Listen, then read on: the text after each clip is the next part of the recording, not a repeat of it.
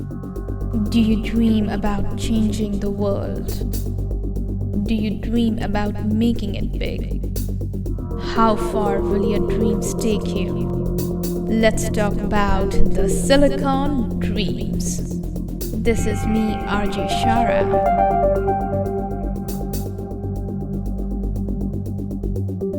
Hello, listeners.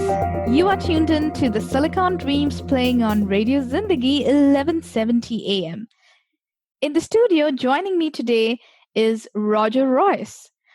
Roger is the founder of the Royse Law Firm, and he has worked with thousands of startups, both on the North American continent as well as all countries outside of North America, including tons of countries in Asia. He helps them with corporate and tax laws, and he has helped thousands of startups with formation, contracting, acquisitions, and exits. Roger, we are glad to have you with us today. Welcome to the show. Thank you. Happy to be here. So, Roger, it's interesting how you work for startups not just in America, but also in countries like India. I would definitely love to ask you, what do you do for startups outside of the North American continent? How do you work with them? And what are their challenges that you help them solve? Yeah, happy to talk about that. So I would say that I'm a technology startup lawyer primarily. I'm a Silicon Valley lawyer. Most of my clients are tech startups by far, and most of those are companies that are formed outside the United States, but want to do something here in California in some manner. Most of them, not all of them. And for companies like that, I can help them coming into the U.S. and entering the U.S. market. I like to say that, I live here in Menlo Park, right next door to Facebook. And I like to tell people that when I come to work in the morning, I drive down Sand Hill Road and I pass $50 billion worth of venture capital every morning in a mile and a half stretch. I drive past some of the biggest universities in the area, Stanford, down the road is Santa Clara, San Jose State, several universities in San Francisco, Menlo College, just a lot of fine educational institutions, a lot of talent here. And I drive past, or I could pretty easily, the headquarters of the top tech companies in the world, Microsoft, Apple, Adobe, Oracle, you name it. They're all here. Google, LinkedIn, they're all here. So eventually, every tech startup is going to want to be here. They're going to want to be here for money. They're going to want to be here for markets, or they're going to want to be here for talent.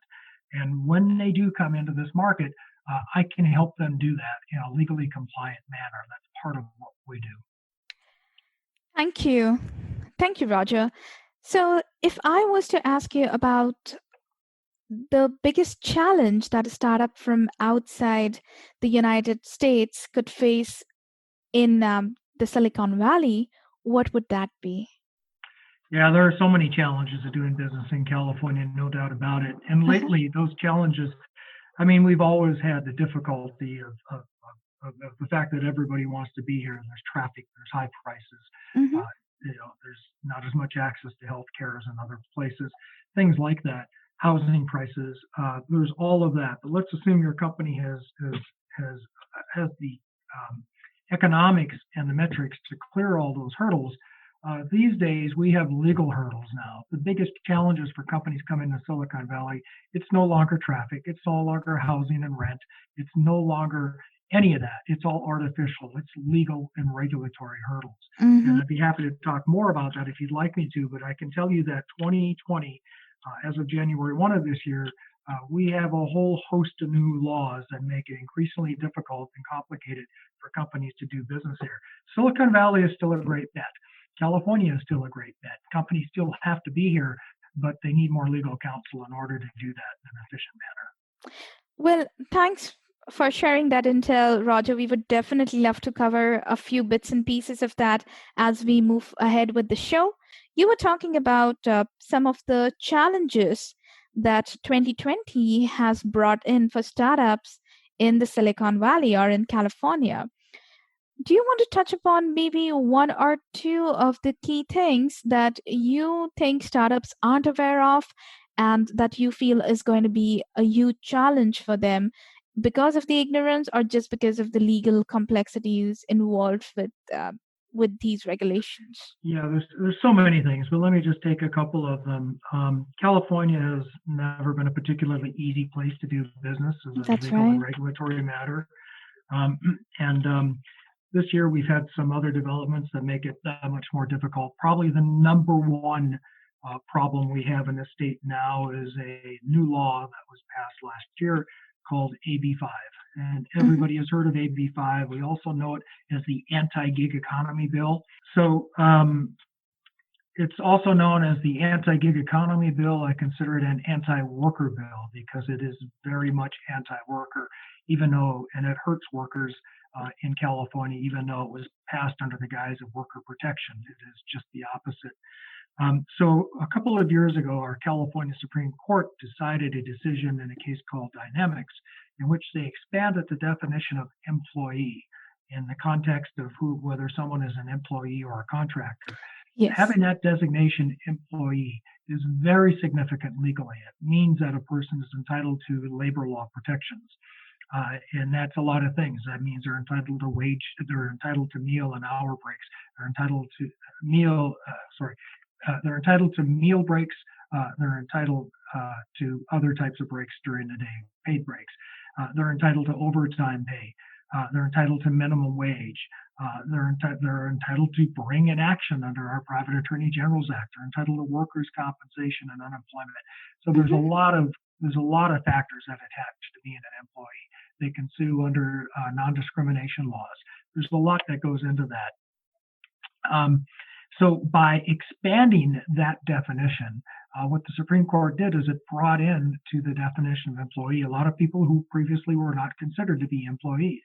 Right. Most notably, gig economy people like Uber drivers, Lyft drivers, things like that.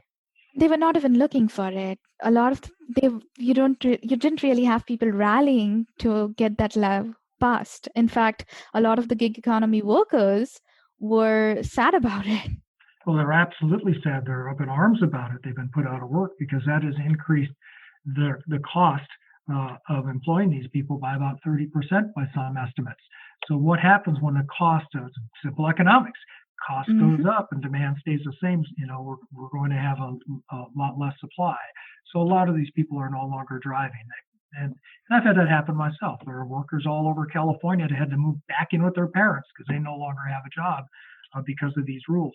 And that was a Supreme Court case, and they interpreted the law as they understood it, and it's up to the legislature to, either change it or affirm it or do something with it. And every lobbyist in town dissented on Sacramento after that case, and we all thought that, of course, the law would change to have a sensible definition, but just the opposite happened. Sacramento doubled down and they codified dynamics. Now, oddly enough, they codified it with a bunch of exclusions that make no sense at all. So if you've got a good enough lobby, you're not subject to this law. For example, lawyers are not subject to this law, and several other professions that have no rhyme or reason. It makes no sense why they're excluded, other than the fact that they've got good lobbies, I think. So now we've got this ridiculous law that applies to gig economy workers. And if you're a company operating a platform, you're going to have big problems in California because your costs have just gone up by about 30% with respect to your workers. So that's number one. That's the number one biggest change, I think, in the state. That's right. And I know Uber, Lyft, they were trying their best to try and convince the government to let the gig economy thrive. Unfortunately, it was shot down, and as you mentioned, under the guise of protecting the workers, when honestly what it did was put a lot of people out of jobs. Certainly did. We have Roger Royce from the Royse Law Firm here in the studio with us. This is Shara, and Roger and I, we were just talking about how the anti-gig economy bill put a lot of people out of jobs. Well, I am going to deviate a little bit from that topic now, Roger. I know one of the things that I found really interesting on your bio was the fact that you are an instructor at Stanford Continuing Studies. And get these guys, the topic is very interesting because Roger teaches blockchain at Stanford Continuing Studies. So, Roger, would you like to tell us what is a lawyer doing teaching blockchain at Stanford? Well, you may recall 2 or 3 years ago, we had a boom, another boom all over the world, not just in Silicon Valley, and that was in the ICO market, digital assets, tokens, coins, cryptocurrency, and it promised to be the new way of raising money, especially for startup companies. And initially, at least, those products were driven by blockchain technology. And we've always been very involved in blockchain-backed projects. For example, we were one of the first law firms in the country to accept Bitcoin in payment. Oh, wow. I wish I'd gotten more of it in retrospect. But blockchain, of course, has applications far beyond Bitcoin and cryptocurrency. And my interest really peaked when I saw its application and securitization of assets being sold as securities, people doing ICOs. And our law firm did quite a few of these transactions as well. So I had to get to understand it because of our fintech practice and what we're doing. And as I understood it, I saw that blockchain had much broader applications, especially in supply chain, in food and agriculture, in finance, financial transactions, lending transactions, all sorts of different transactions, securitizing assets, real estate, art, almost anything you can imagine. Healthcare, everything. Absolutely, healthcare. I would say that, so I had to learn about it. I had to understand the technology in order to be a good lawyer in the space. So the best way for me to understand the technology is by teaching a course in it, because it forces me to learn it. And that's what I did. Now, I would say that the technology has moved on a little bit since then, and you don't hear people talking as much about blockchain as they do about distributed ledger, because it means slightly different things. It's still an evolving space. And I mean, the defining characteristic of blockchain, of course, is that it was decentralized. But what we're finding more and more and more of what we call private blockchains, and less decentralization, if that means anything. So the fundamental concepts are still there. It's been around forever. The concept of weight and verification through the crowd is still there, but the models are still evolving. They're still evolving, and it will be fascinating to find out which models end up being the dominant paradigms. That's right, especially with big companies like Facebook, etc., entering in the arena, trying to get their own mint out there. It is going to be fascinating seeing which currency thrives in the longer run. Like, a lot of people have been speculating that Ethereum might be the way to go, since Facebook, Amazon, the cryptocurrency from these companies is actually going to be built on Ethereum. As well, thank you for sharing insights about that, Roger. I know at a certain point, we had a lot of startups that were also talking about giving ICO, like giving tokens instead of any safe notes or convertible notes, etc. So that was an interesting time. I don't know, do you still see companies doing that? Doing tokens?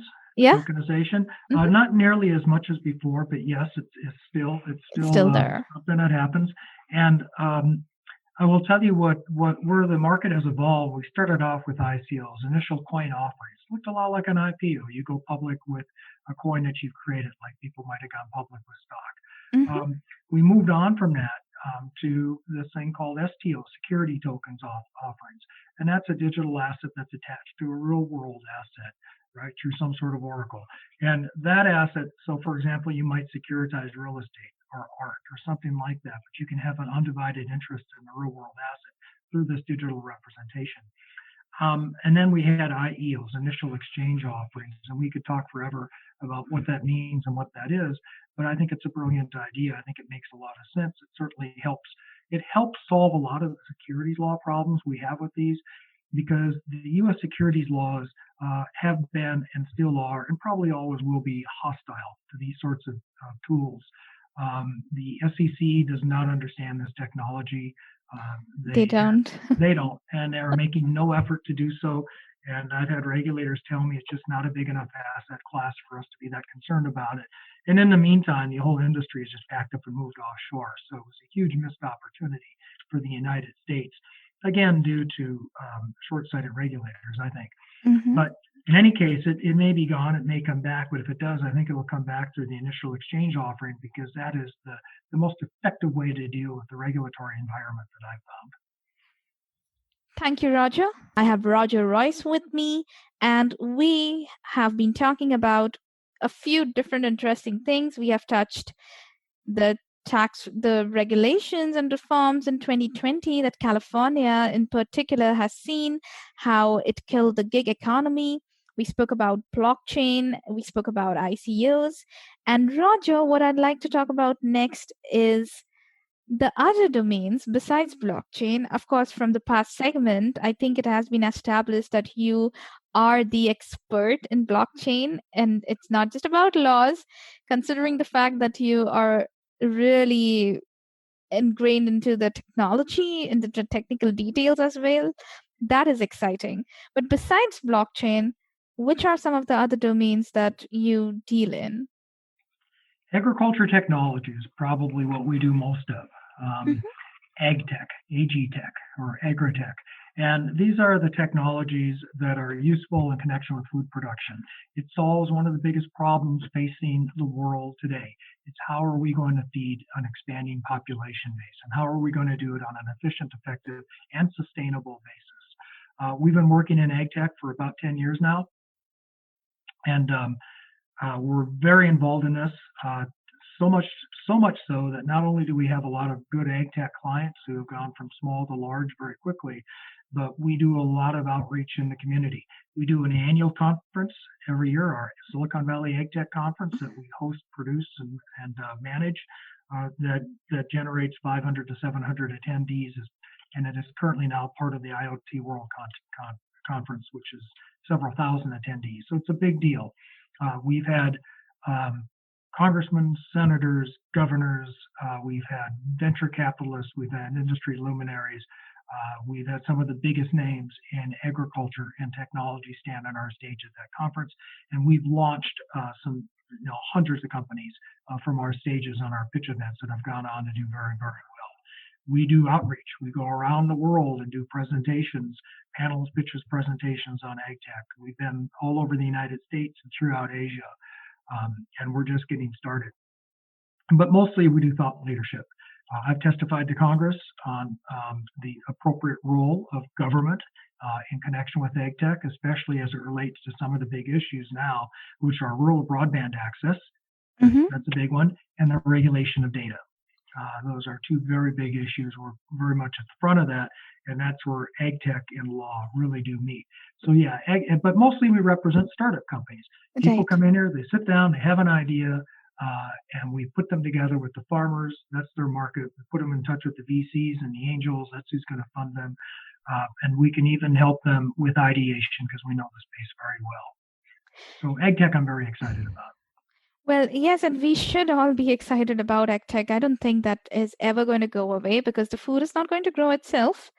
And considering the fact that a lot of the listeners here are from India and 17% of the economy in India, it's dependent on agriculture compared to all other countries. That's still a pretty significant amount. At one point, it was 70%. Now, 60% of the economy is based on services, but we still have a whooping 17% that just relies on agriculture. And you actually made a pretty interesting point there about Agtech and the investments in Agtech. A lot of people don't even think that, folks would be investing in something as old as farming. I know we call it Agtech, but there are so many innovations that are happening in that space. So Roger, you did mention something about of broadband being available to Agtech. Do you think what SpaceX is doing with their satellite internet, do you think that would help these rural areas in any way? Let me tell you what I mean by rural broadband access. And that's a very topical question you just asked right now, because Right now, the problem with Agtech, so Agtech is going to allow us to do what they call precision farming. That Uh-huh. means we measure at the root level every plant how much input it needs. That's water, that's fertilizer, herbicide, pesticide, soil health, whatever it needs, right at the root level. So we can be very precise. For irrigation, for example, you don't have to, flood the entire field. You give that That's root right. just exactly what it needs. And herbicides, there are companies now that just can identify a noxious weed and can delete it by applying just the right amount of herbicide, and they can cut the amount of herbicide used by 97% on a Wow. field. That's precision farming. Well, to do that, you need sensors, and those Mm-hmm. sensors Okay. have to be able to be dialed in. You need a lot of sensors out in a field, one for every plant in some cases, or one Mm-hmm. for every small area, whatever it is. They're getting smaller and smaller, cheaper and cheaper. Mm-hmm. Um, I know of companies that can manufacture them for almost a nickel each now in China. Wow. But as you get more sensors and more data points, that data has to go someplace. So right now, absent rural broadband access, the data gets basically batch loaded at the end of the day onto a USB as the robot rolls down the field and collects the data. Well, with broadband, that information can be blasted up to the cloud and accessed in real time. Mm-hmm. That is the promise of broadband.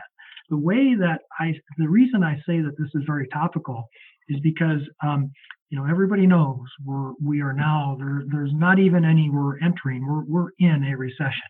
Okay, we are definitely, the Yeah. jobless reports have shown that.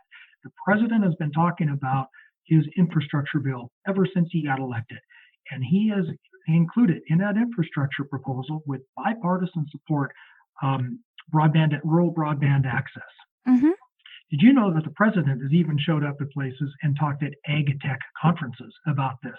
This is something he wants to do. Mm-hmm. This is something that has bipartisan support. This is something Congress wants to support. And lately, governmental officials have been talking about spending us out of the recession by starting to deal with the massive unemployment that we now have, to put in place something like what Franklin Roosevelt did during the Great Depression, which is to have government spending across the country on infrastructure, and broadband is going to be a part of it. So, and once that happens, and as that happens, you're going to see these Agtech companies suddenly have much expanded utility and much greater markets. All right. So there is a lot of progress that is needed in the area, but also a lot of hope. I think so. I think this is going to be a big time. I think the next couple of years, you're going to see massive change in this whole sector. And it's going to be something you'll have to see to believe, I think. Well, yes, I think, and it's going to be in near future. So I'm pretty sure we are going to be amazed at how things are being done on the farm. And I know we looked at this John Deere vision video. They have a very beautiful video out there which shows their vision with a farmer literally managing everything out on the farm from his house. And when we looked at it, we said, well, these days are really not that far away, with almost all giants out there working on making Agtech more accessible. Google also has an app with which you can scan pictures of your plants, of your crops, to see how healthy they are. So all companies are really working towards it. So good time in Agtech. You are listening to the Silicon Dreams with me, RJ Shara, and I have Roger Royce in the studio with me. So, Roger, that was an interesting discussion about Agtech. Not many people understand what kind of opportunities are there in Agtech. So, thanks a lot for sharing insights into it, and also talking about how not just the government, but how VCs across the globe are standing behind companies that are trying to do something innovative in the field of agricultural tech. Now, we did talk about moving into recession. It is something that is unavoidable at this time. It is imminent, and those who think that we might escape it are probably going to be wrong. I mean, we all hope we don't have to see a recession, but I think if we are just being realists, then that is right there out in front of us. So you had written an interesting blog recently about surviving the black swan of 2020. And I loved it. But before I ask you to talk more about it, can you explain to the listeners what do you mean by the black swan of 2020? And then we could talk about the survival. So that title was lifted from a memo that Sequoia Capital put out about a month ago, maybe a little longer now, a couple months ago, where they had said COVID-19 is going to be the black swan of 2020. Now, black swan is one of those unanticipated negative events that just changes the course of everything we do. Mm-hmm. And they're saying that COVID-19, even before we had sheltering rules and quarantines, etc., they predicted that it was going to have a major impact on the startup community. And their memo said not only that they're already seeing it, their companies have already started to miss their numbers for Q1 2020. And things were probably going to get worse before they get better, so they better save their cash and hunker down and be frugal, and you can't count on us for that follow-on investment round, that sort of thing. The last time Sequoia put out a memo like that was in 2008, before the last financial crisis. And that memo became legend because it portended and maybe was a self-fulfilling prophecy of how bad things got in business, and including in the startup area. In fact, at that time, I remember there were venture capital firms that were just giving their money back to their own investors and saying, forget it, we're not even going to invest in this environment, because we don't think anybody can succeed. It's not going to get that bad. It's not, because what we have here is, yes, we're going into a recession, but it's caused by an event. It's caused by a black swan. It's caused by COVID. And the thing about recessions that are caused by external events, they tend to be shallower and shorter than recessions that are caused by, just natural cycles like some of the other ones that I've lived through. So I don't think it's going to be that bad. So the point of that memo was to say, however, we do have a reaction. We have a whole host of legal things you need to think about.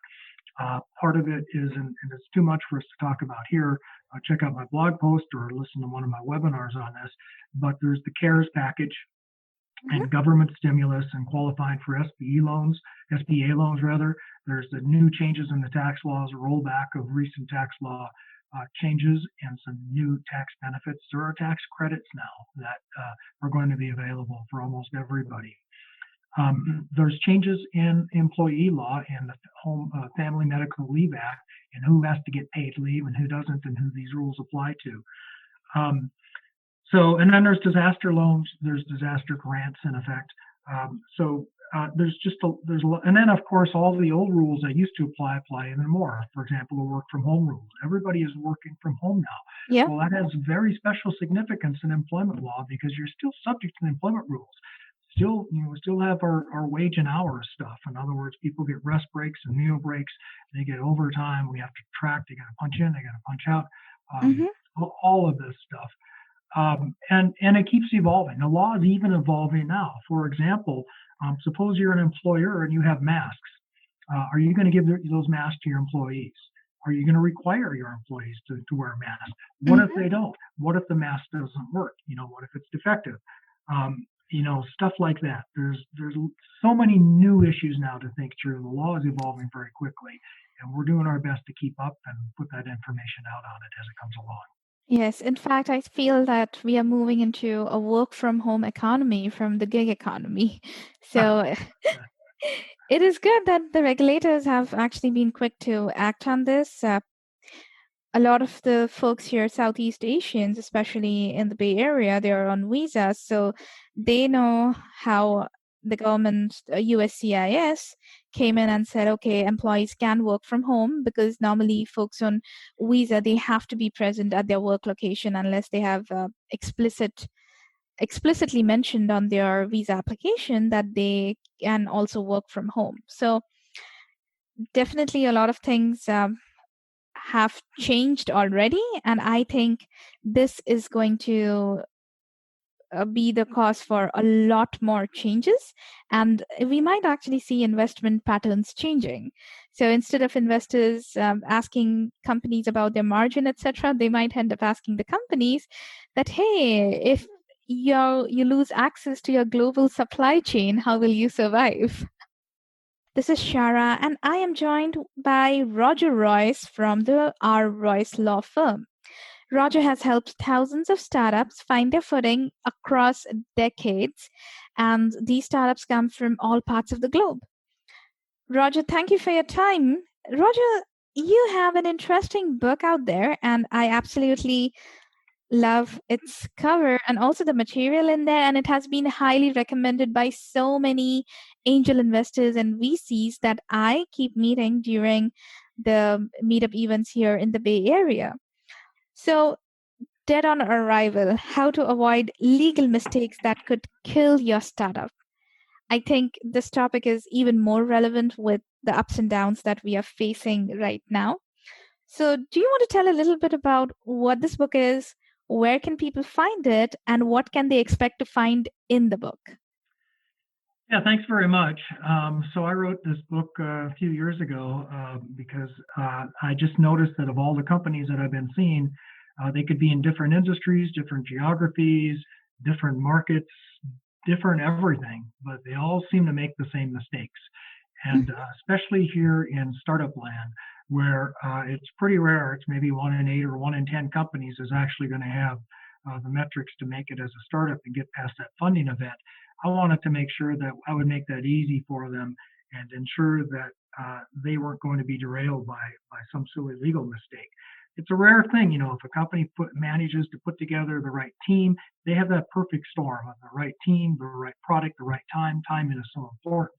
The right technology. If everything works for them, you don't want them to be stalled by a legal mistake. And that's why I wrote Dead on Arrival, how to avoid the legal mistakes that could kill your startup. It just goes through real life examples that I've seen over the last 30 years of things companies have done wrong, that had they done it differently, they would have had a much different outcome.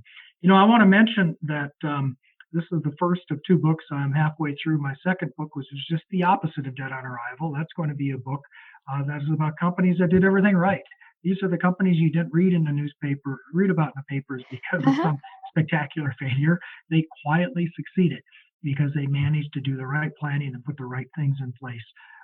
And that, I think, is a very instructive sequel and follow-up to this book. Look for that. That'll be available soon on Amazon. If you'd like a copy of this book, I'm happy to, again, it is available for purchase on Amazon. If you send me an email, I'm happy to send you a digital copy as well in PDF format. So. Thank you, Roger. That was indeed so kind and generous of you. And I definitely know that there are a lot of people who can benefit from reading that book. So, folks, if you are interested in getting a digital copy of that book, go ahead and shoot Roger an email at rroyce@rroycelaw.com. That's RROYS as in Silicon Valley, E as in Echo, at rroycelaw.com. So with that, Roger, and we are almost nearing the end of a show, but before we leave, I want to congratulate you for the upcoming acquisition. So congrats. Thank you very much. As of April 30, or May 1, actually, we'll be joining the international law firm of Haynes & Boone. We're taking our 30 lawyers and we're joining their platform of hundreds of lawyers all around the world. It's a much bigger platform. It allows us to offer our clients a much deeper bench and broader array of services. So as our clients have grown, we found it necessary for us to grow as well. Well, congrats on that move, and it's great. And, when we think about acquisitions, it's mostly just things like Facebook acquiring WhatsApp, right?